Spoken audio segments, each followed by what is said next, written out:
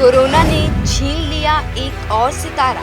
South cinema में फिर पसरा मातम। हर 12 महीने बाद नया साल आ रहा है, लेकिन 2019 में जो काल दुनिया में आया था, उसका प्रकोप खत्म होने का नाम नहीं ले रहा है। कोरोना नाम के काल ने घर के घर, परिवार के परिवार बर्बाद कर दिए। अपनों को लोगों ने अपनी ही आंखों के सामने तड़पते हुए देखा, लेकिन बेबस रहकर बस देखते रह गए, कुछ नहीं कर पाए।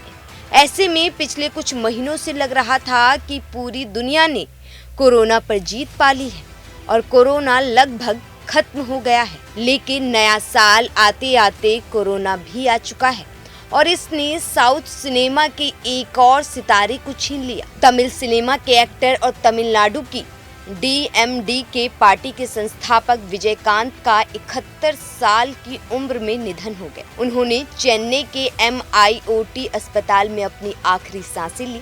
वे कोरोना पॉजिटिव होने के बाद से वेंटिलेटर पर थे। अस्पताल ने एक बयान जारी करके कहा है कि निमोनिया के लिए भर्ती होने के बाद विजयकांत वेंटिलेटर सपोर्ट पर थे।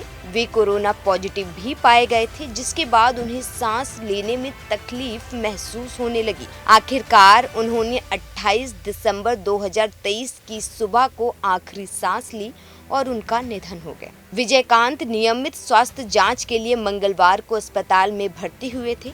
हालांकि उस समय वो बिल्कुल स्वस्थ थे, यहाँ तक कि चेकअप के बाद वे घर भी लौटने वाले थे। DMDK पार्टी के संस्थापक विजयकांत को इससे पहले 20 नवंबर को एक अस्पताल में भर्ती कराया गया था।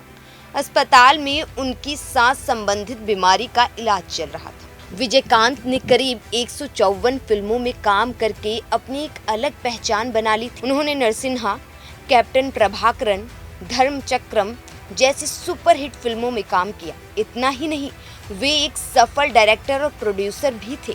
इसके बाद विजयकांत ने राजनीति में कदम रखा। वे 2011 से 2016 तक तमिलनाडु विधानसभा में विपक्ष के नेता थे। उन्होंने तमिलनाडु की DMDK पार्टी की भी स्थापना की। प्रधानमंत्री नरेंद्र मोदी ने एक्स पर उन्हें श्रद्धांजलि दी। उन्होंने लिखा, विजयकांत जी के निधन से बेहद दुखी हूँ।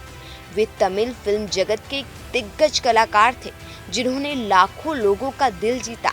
एक राजनीतिक नेता के रूप में वो गहराई से प्रतिबद्ध थे।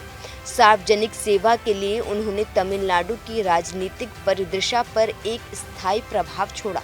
उनका निधन एक शून्य छोड़ गया है, जिसे भरना मुश्किल होगा। वे एक करीबी दोस्त थे। मैं उनके साथ अपनी बातचीत को याद करता हूँ। इस दुख की घड़ी में मेरी संवेदना उनके परिवार और प्रशंसकों के साथ है। ओम शांति। आपको बता दें कि कोरोना का नया वेरिएंट JN1 घातक साबित हो रहा है। देश भर में कोरोना के रोजाना 400 से 600 केस आ रहे हैं।